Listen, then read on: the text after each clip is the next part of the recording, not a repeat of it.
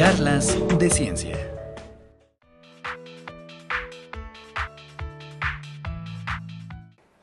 Bueno, muchas gracias por haberme invitado. Son alumnos de psicología, ¿verdad? Sí. Bueno, entonces debe interesarles esto, ¿eh? Bueno, el tema, no sé quién lo puso, cultura y entendimiento humano, ¿no? Entonces, bueno, he tratado de enfocarlo, de darle coherencia para que no quede difuso esto. Primero, la cultura es todo producto del humano, ¿sí? Entonces, de aquí, humanidades. Pero entendimiento humano, vamos a entenderlo de dos formas. Uno, se refiere a entendimiento humano a la función cognitiva, o sea, lo individual, ¿sí? O bien entendimiento humano, que es la comprensión, la relación entre los humanos, entonces es lo colectivo. Entonces trataré de conjuntar esto, y hay una disciplina, estaba platicando ahorita con su maestro, este campo, un campo del saber que se llama las neurohumanidades, ¿sí? Las neurohumanidades no es una materia, ¿sí?, sino es un conjunto de disciplinas justamente que establecen una relación entre neuro, que quiere decir las ciencias, o sea, la neurociencia concretamente, ¿sí? ¿Y qué es la neurociencia? Las ciencias que estudian la mente y el cerebro. Y las humanidades, precisamente todo aquello que compete al humano. Entonces, para tratar de entendernos esto, o sea, no hay un libro, que diga un libro de neurohumanidades, ¿sí?, sino ha sido a través del campo de diferentes disciplinas que se ha ido conjuntando. ¿Esto viene de dónde? Bueno, la historia es así muy breve, muy sencilla. Viene desde los griegos, ¿sí? Si lo vemos en perspectiva, para los griegos no existía separación entre ciencias, artes, humanidades, ¿sí?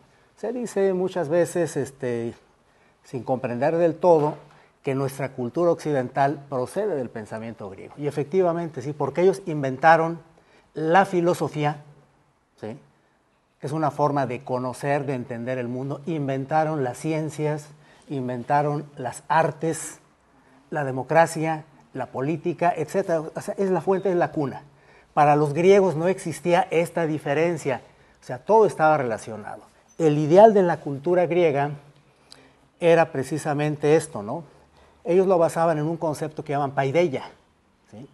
La paideia no tiene una traducción así precisa como tal, pero tiene que ver, en general, la traducción más correcta sería los ideales de la cultura griega, ¿sí? Entonces, y por eso el ideal de la cultura griega, o sea, su paideia era los conceptos de belleza, verdad y bondad. La belleza, las artes,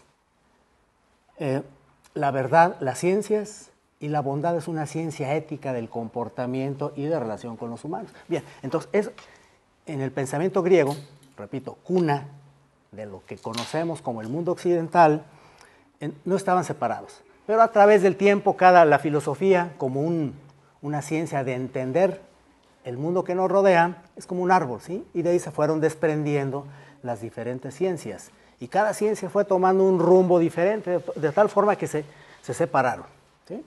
Para no hacer algo en la historia del pensamiento, todo esto estuvo separado. Las ciencias, por un lado, por otro lado, las artes y las humanidades. Entonces, se ha visto siempre como disciplinas completamente dispares. Bien, a través de una serie de... O sea, siguiendo pues las ciencias y las artes o las humanidades, siempre fueron líneas paralelas. Cada quien con un campo del saber diferente. Sin embargo, poco a poco se ha ido estableciendo conexiones entre una y otra, de tal manera que hay una red en donde lo que llamamos las ciencias, cualquier ciencia que sea, desde la matemática, la física, la teología, la filosofía, sociología, psicología, etcétera, y las artes van entretejiendo redes de tal manera que están comunicadas, ¿sí? Entonces, y de ahí pues el concepto de neurohumanidades. Ahora, ¿por qué neuro? Porque ¿cómo unificar esto, sí? Entonces, ¿qué ciencia o qué ciencias tienen más relación con aquello que es producto de lo humano? O si las matemáticas naturalmente nos ayudan a entender muchos fenómenos sociales, culturales, humanistas, ¿sí? También la física, la química, pero la ciencia, por así decirlo, apta para estudiar las humanidades es aquella misma ciencia que estudia su objeto de estudio, en este caso, la mente humana, ¿sí? Entonces, de ahí pues, ¿cuál es la ciencia, entre comillas, idónea para estudiar todo aquello que es producto de lo mismo humano? Pues obviamente aquellas ciencias o disciplinas que se encargan de la mente y del cerebro.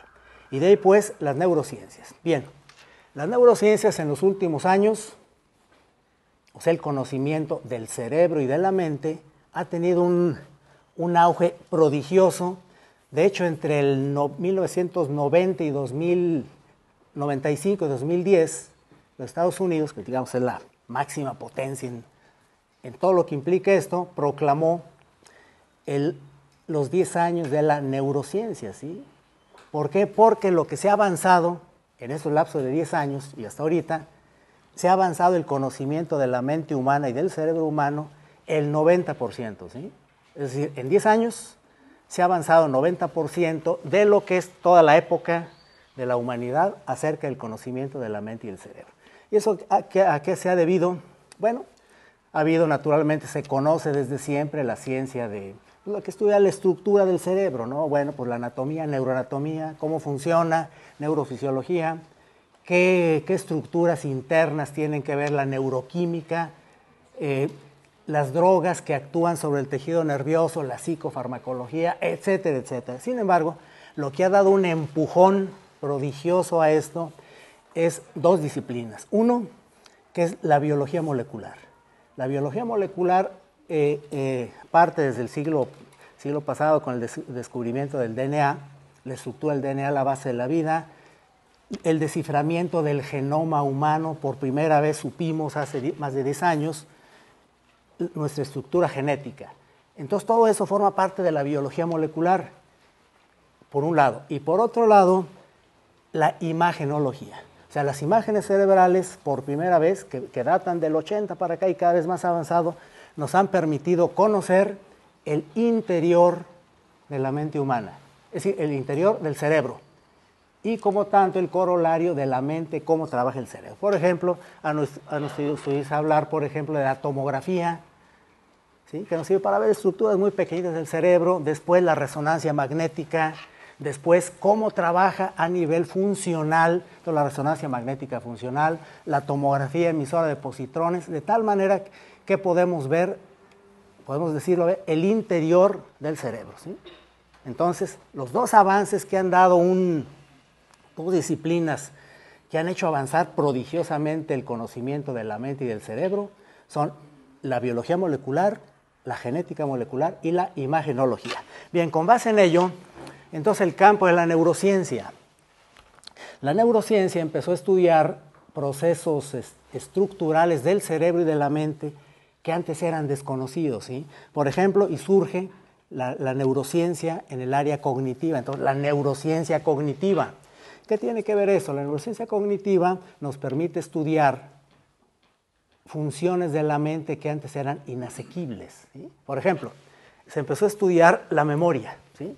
Entonces, toda la biología molecular de la memoria, ¿qué pasa? Sin memoria, quizás la memoria no es nada más recordar lo pasado, ¿sí? Sino la memoria es aquello que nos da identidad.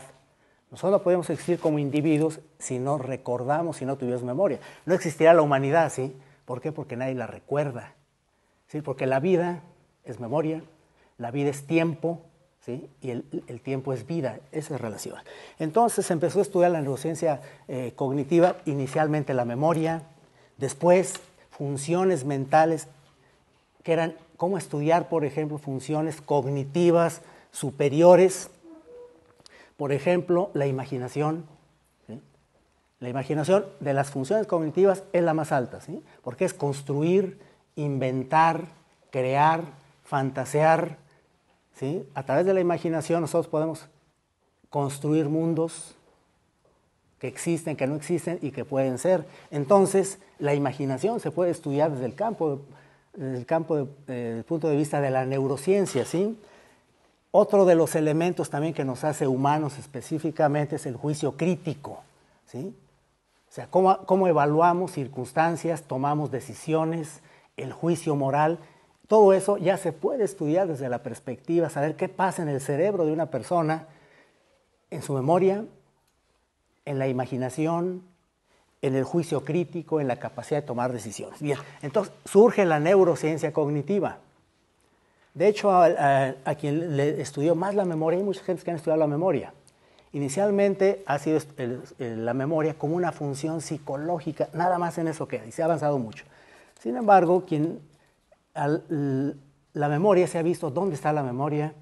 ¿Dónde está eso, la fuente material, que es el engrama de aquello que recordamos, etcétera?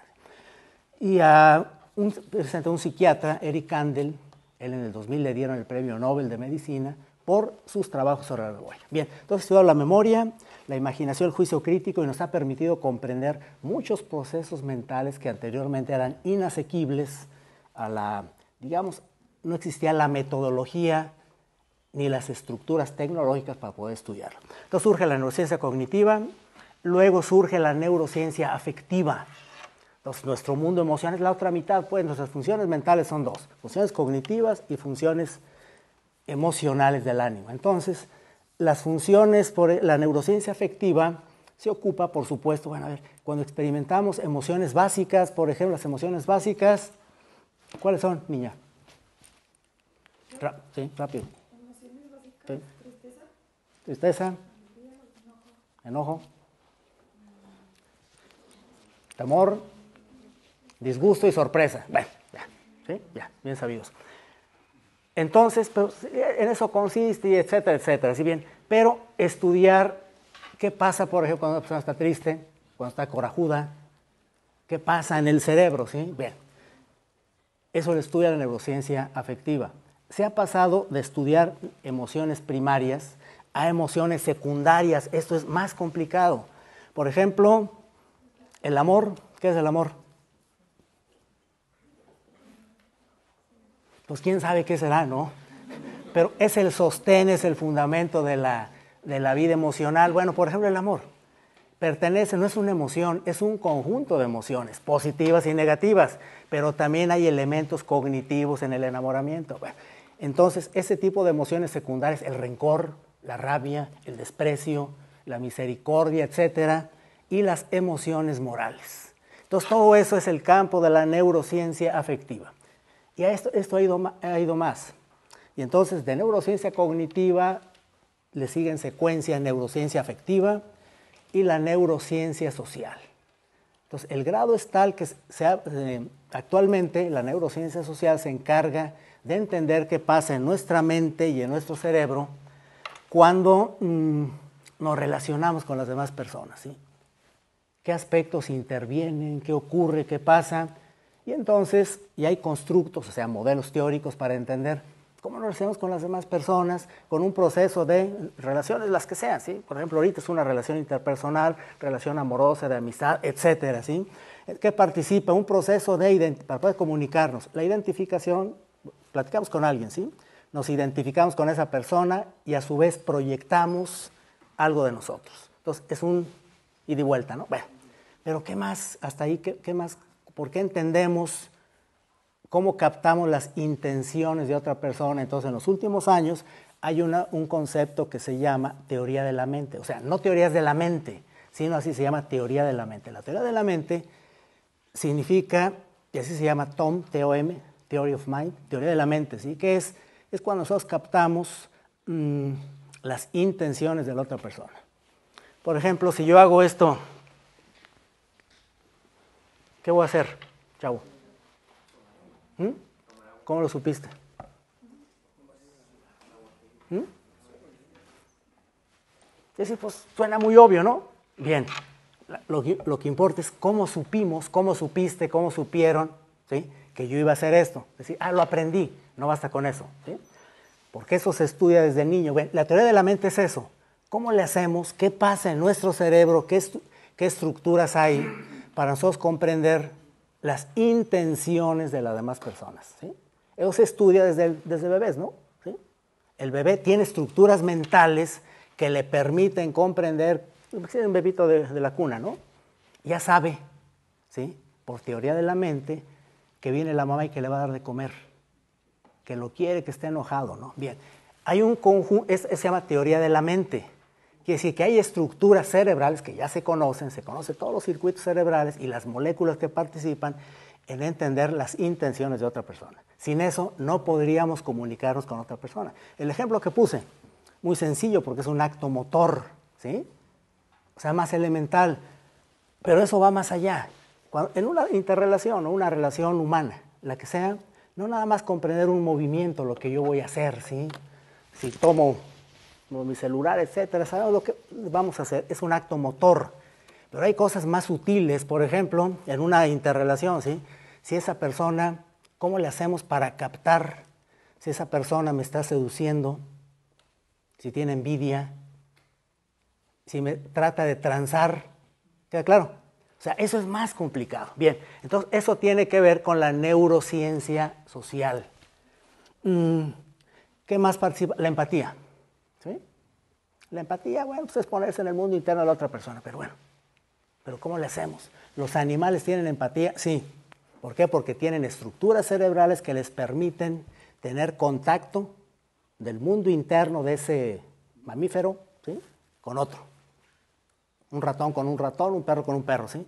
En seres humanos también, y se conocen las estructuras. Por ejemplo, una estructura muy, muy pequeñita del cerebro, escondida, por los lados, ¿sí? Abajo de los lóbulos temporales, que se llama la ínsula. Ínsula es isla, una parte muy chiquitita, ¿no? Bien, esa parte se activa cuando sentimos el dolor de otra persona. Por ejemplo, imagínense que aquí estamos conectados con electrodos, ¿sí? Y se ve qué está pasando en mi mente, ¿no? Y en la de ustedes también. Entonces, por ejemplo, vamos a suponer que hay algo. Aquí hay una plancha, ¿sí? Entonces la toco, ¡ay! Me quemé. ¿Les queda claro? ¿Qué parte de mi cerebro hizo que yo sintiera que me quemara? Bueno, en primer lugar, la parte del lóbulo temporal. ¿Por qué? Porque me dolió y me quemé. ¿Queda claro? Y también la ínsula, porque la ínsula tiene que ver con el dolor emocional. El dolor físico y el dolor emocional van de la mano.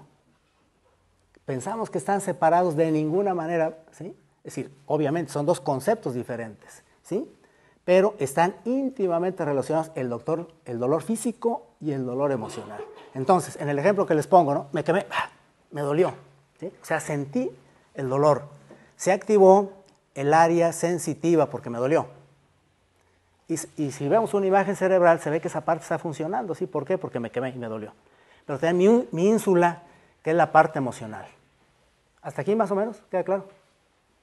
Si ustedes están conectados cerebralmente, la ínsula de ustedes también se activó. ¿Queda claro? Pero la parte del dolor, el área sensorial, no se activó porque ustedes no se quemaron, ¿sí? Yo sí. Pero ustedes, su ínsula, fue capaz de captar, ¿sí? El dolor que yo sentí, dolor emocional, ¿sí? Ustedes no se quemaron, el que me quemé fue yo. Eso tiene que ver con la empatía, ¿sí? Entonces quiere decir que hay estructuras cerebrales que nos permiten eso. Bien, entonces de acuerdo con esto, la neurociencia ha evolucionado mucho de tal manera que separar, lo importante es esto, lo individual y lo social, yo y el otro, es meramente arbitrario. Porque desde el punto de vista de la ciencia cognitiva, afectiva y social nos permite entender cada vez con mayor profundidad qué pasa en esto. Bien, esto ha sido dentro del campo de la investigación, de campos muy, muy sofisticados dentro de esta cuestión, en donde participa naturalmente, ¿quién? Pues el psicólogo, naturalmente, ¿sí?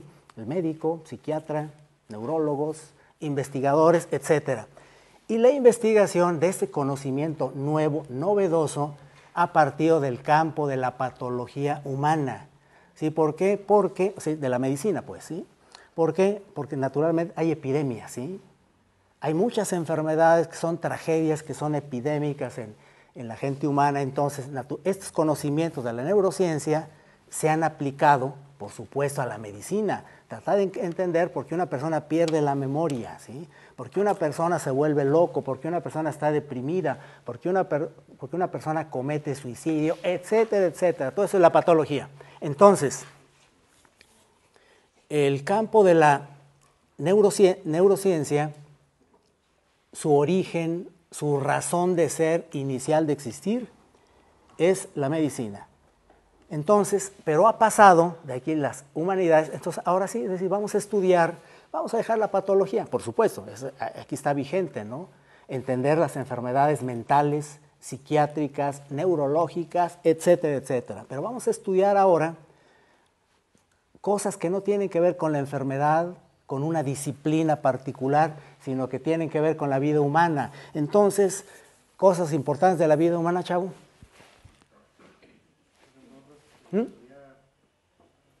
Ojalá así fuera, pero no es así. El estudiar.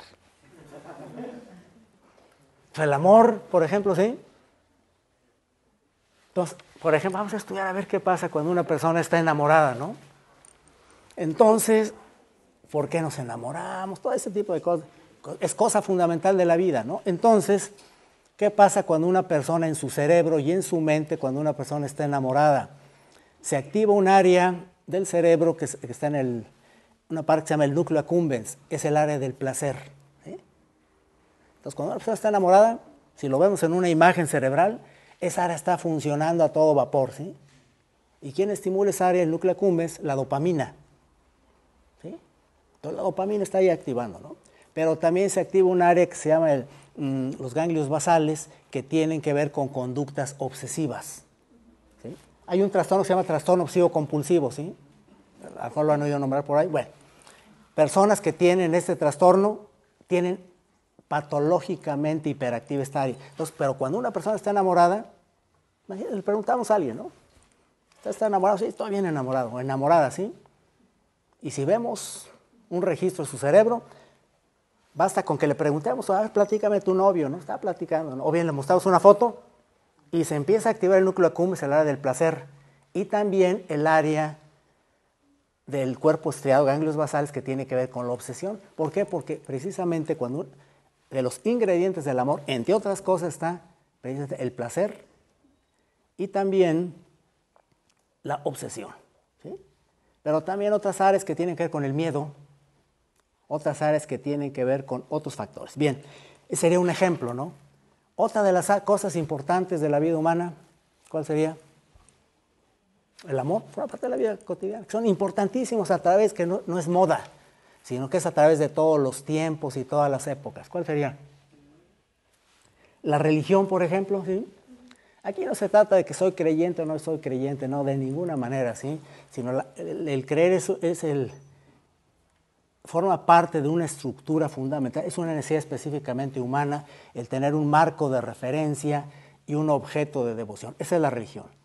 Si ese marco de referencia o objeto de devoción le llamamos Dios, pues Dios, sí, el Dios tal, hay dioses buenos, dioses, toda una serie de cosas, ¿no? Pero bien, hay personas que son creyentes, bueno, tienen que ver con eso, pero no nada más eso, sino hay personas que toman como religión el dinero, la economía, la ambición, el poder, etcétera, así, todo aquello que nos da un marco de referencia. Bien, entonces se ha estudiado, a ver, ¿por qué hay personas que son creyentes, personas que no son creyentes, por qué son ateos, por qué unos son fundamentalistas, etcétera, etcétera? Entonces he estudiado mucho eso. Entonces ha invadido pues las neurohumanidades, ha invadido pues otros terrenos que forman parte de la vida humana. Entonces existen disciplinas muy serias, gente muy, muy preparada académicamente en Europa, en Estados Unidos, de neuroteología, por ejemplo, ¿sí? Lo espiritual, ¿sí? Lo espiritual es una dimensión la dimensión más elevada del ser humano. ¿Qué tiene que ver con lo espiritual? ¿Qué pasa en la mente? ¿Por qué unas personas tienen ese nivel? ¿Por qué otros no? Etcétera, ¿sí? ¿Por qué drogas psicotrópicas, ¿sí?, que actúan sobre el tejido nervioso?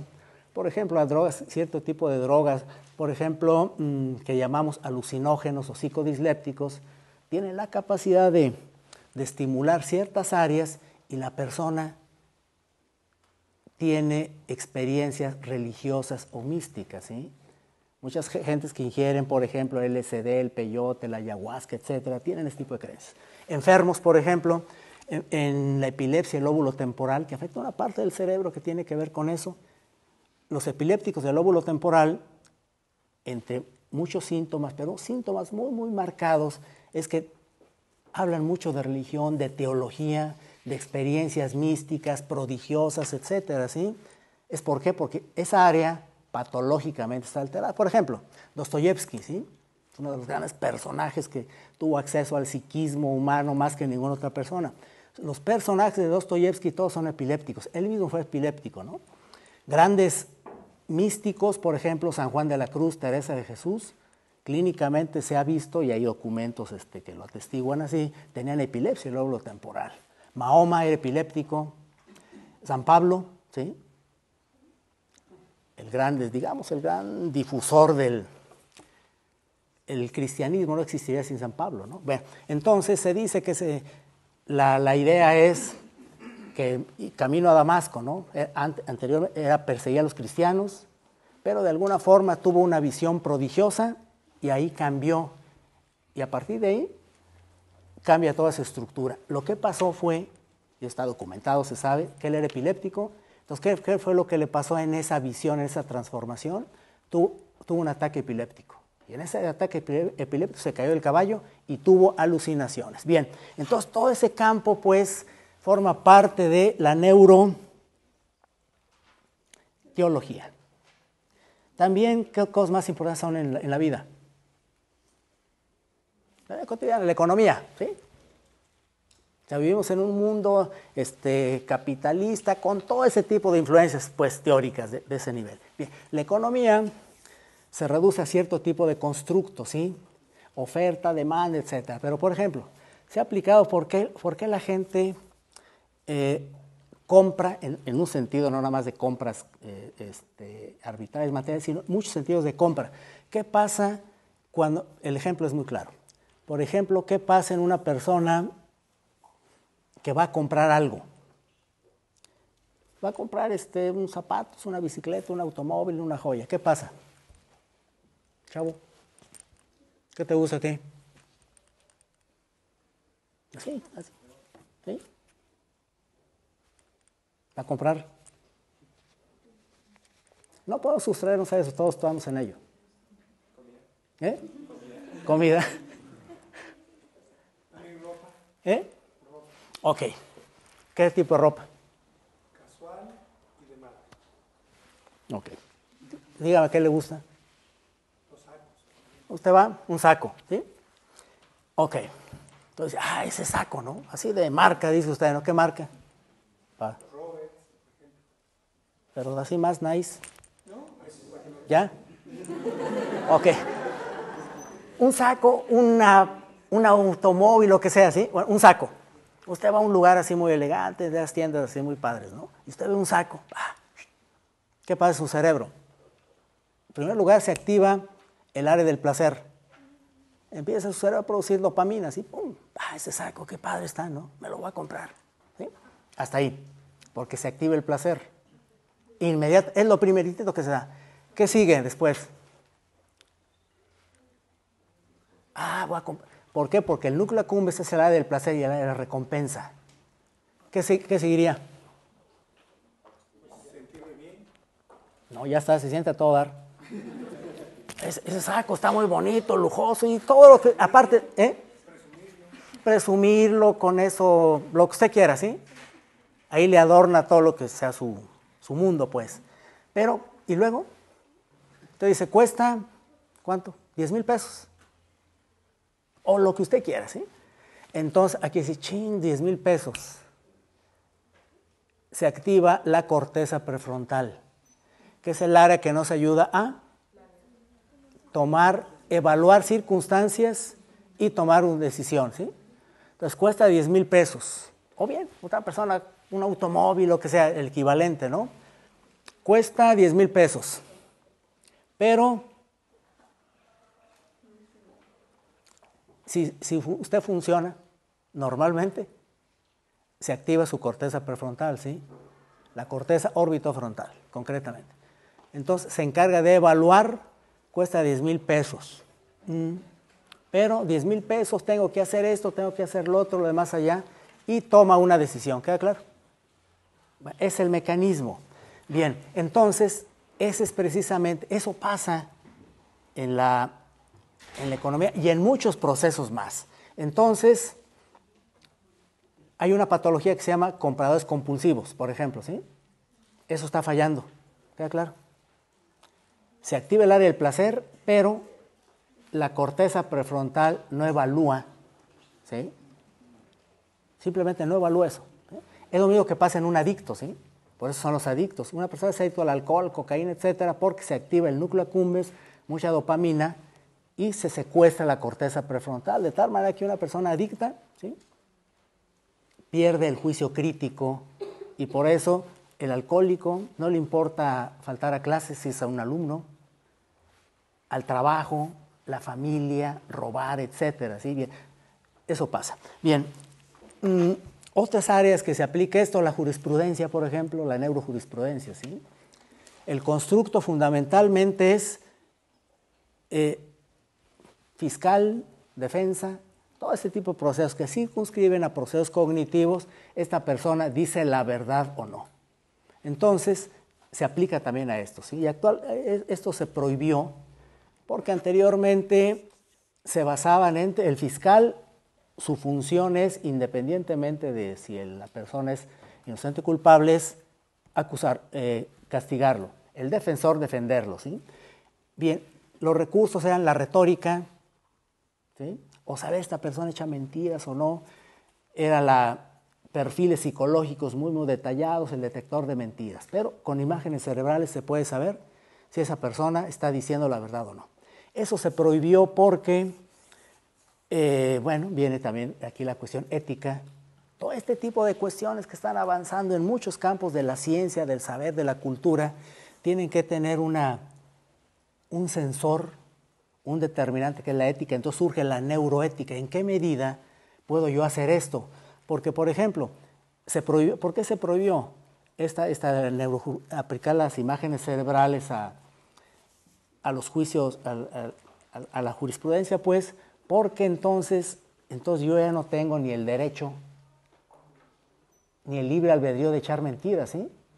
Entonces eso se quitó.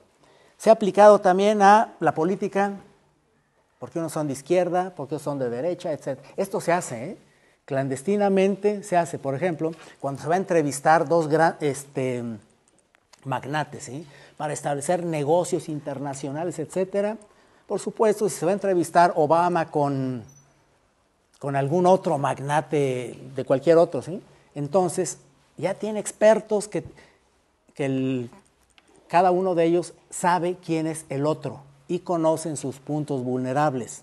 Se hace por perfiles psicológicos, tienen gente muy, muy experta que saben si la otra persona a quien yo voy a establecer un negocio a nivel internacional, etcétera, va a ser decisivo, yo debo saber si la otra persona con quien voy a pactar es cobarde,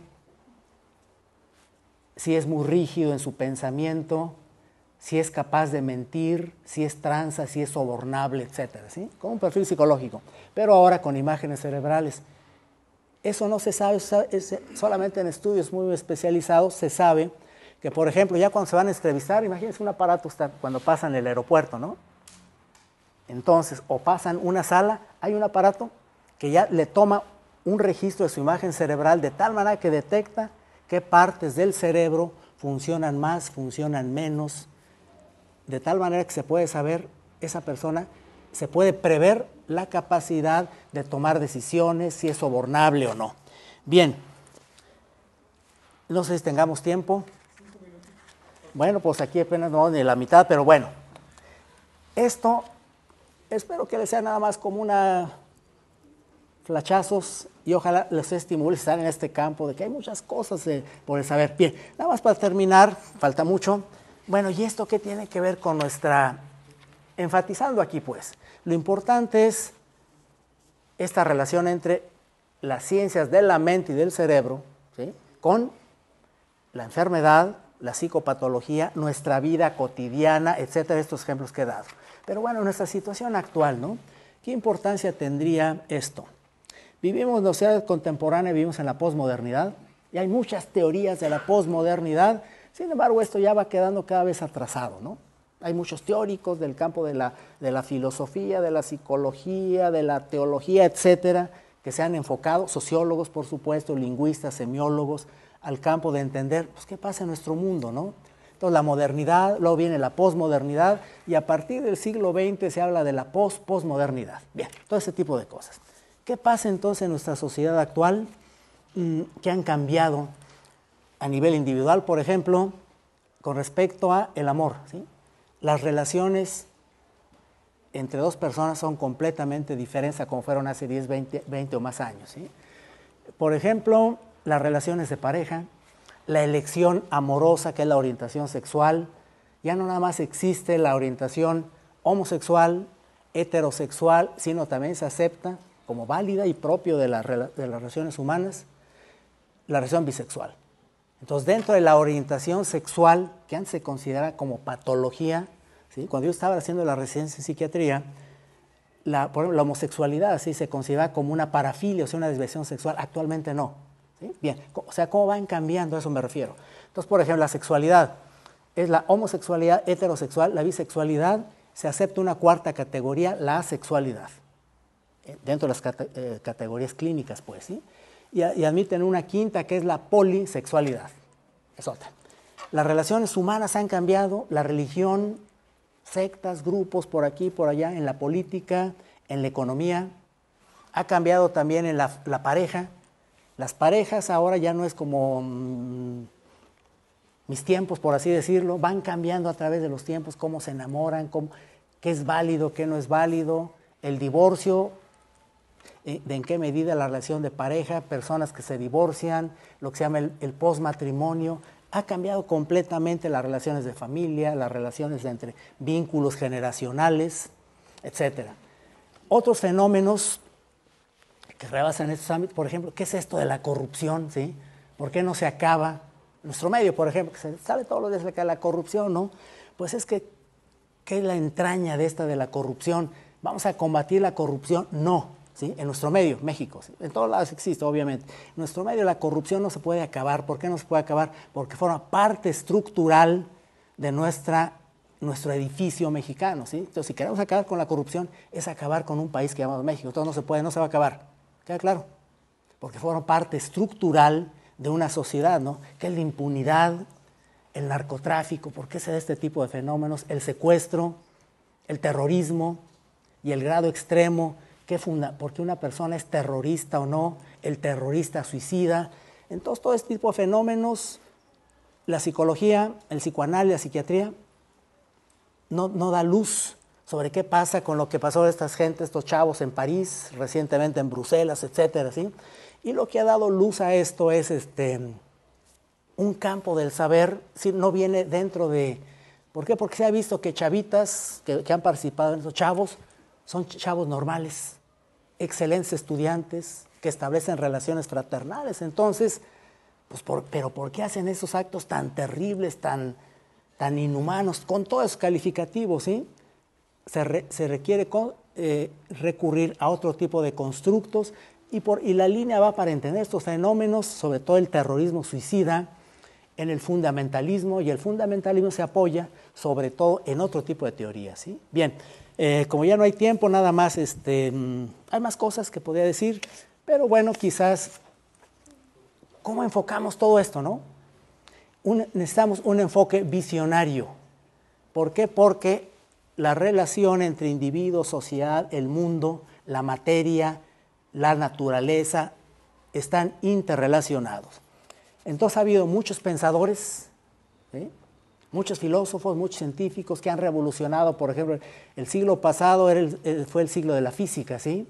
¿Por qué? Porque se cambió la noción, el paradigma de la concepción del universo con la física relativista, la mecánica cuántica, etc. Actualmente el siglo XXI es el siglo de la neurociencia, ¿sí? Si el siglo XX fue el siglo de la física, dentro del terreno de la ciencia, esto se le llama el siglo XXI el siglo de la física. El precursor de todas estas cuestiones modernas que se llaman posmodernidad y postmodernidad, que ya se habla de eso, fue Nietzsche, un filósofo de hace muchos años, ¿sí?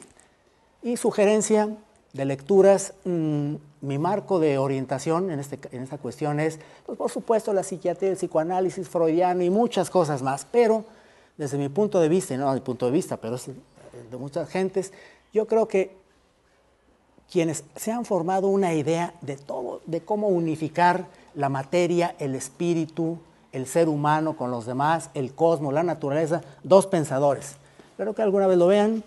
Jung, Carl Gustav Jung, ¿sí? Que se adelantó considerablemente a toda su época, ¿sí? Jung no fue nada más, no desarrolló una teoría científica como Freud, desarrolló una teoría metafísica, y como se adelantó mucho a su tiempo, apenas empieza a ser conocido. Y un autor, finalmente, para terminar esto, un pensador que se conoce muy poco, él fue un sacerdote jesuita, Teilhard de Chardin, ¿sí? Él trató de establecer una relación entre ciencia, religión, espiritualidad. ¿Por qué? Porque él decía, todo lo que existe está interrelacionado, y él partía desde un punto alfa, punto vista omega, y él fue paleontólogo, fue teólogo y fue físico. Entonces trató de darle una unificación a todo aquello que consideramos como lo humano. Entonces les recomendaría lecturas, ¿sí? Han salido libros en español, no en inglés, ¿sí? Muy avanzados sobre Teilhard, por ejemplo, en el siglo XXI, sobre Jung, etcétera, etcétera, ¿sí? Bien, fue muy rápido todo, pero así tenía que ser en paquete, ¿sí? Esto nos llevaría semestres para ver cada uno en detalle. Espero que no haber completado esto, porque no se puede, no darlo así en paquete, eso no sirve para nada, pero al menos sembrar un poquitito, con eso basta la inquietud, y que si están en este campo de la psicología, pues es un campo muy bonito, ¿no? Y todo lo que estudiamos es muy reduccionista, ¿sí? La medicina es muy reduccionista, los psiquiatras somos peores, ¿queda claro? No, la psiquiatría es más amplia, la psicología, etcétera, etcétera. Bien, muchas gracias. Hasta aquí.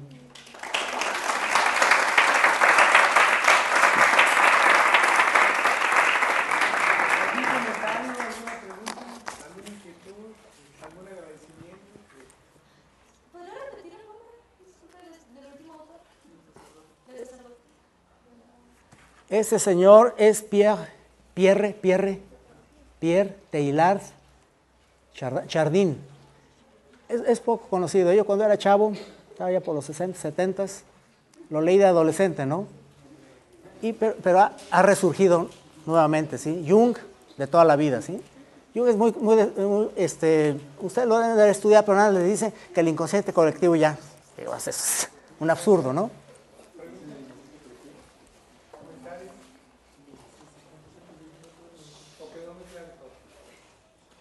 Dudas, comentarios, quejas.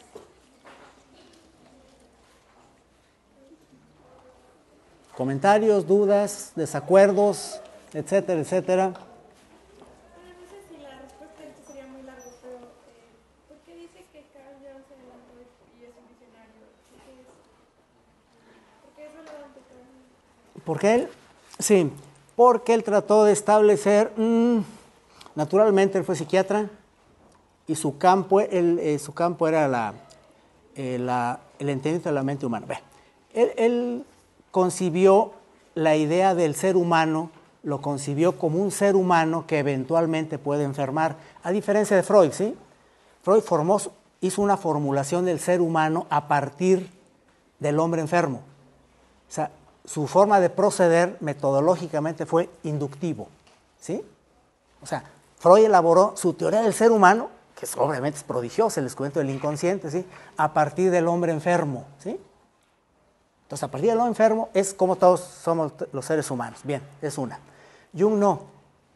Él concibió al ser humano en su totalidad por sus conocimientos, porque él tuvo conocimiento, naturalmente, de la medicina, muchas cosas, de Occidente, de Oriente, de todas las tradiciones. Y el ser humano que eventualmente puede enfermar, por un lado. Por otro lado, los impulsos fundamentales que mueven al ser humano, la teoría freudiana, ¿sí? Concibe que lo que mueve al ser humano son dos impulsos básicos, ¿sí?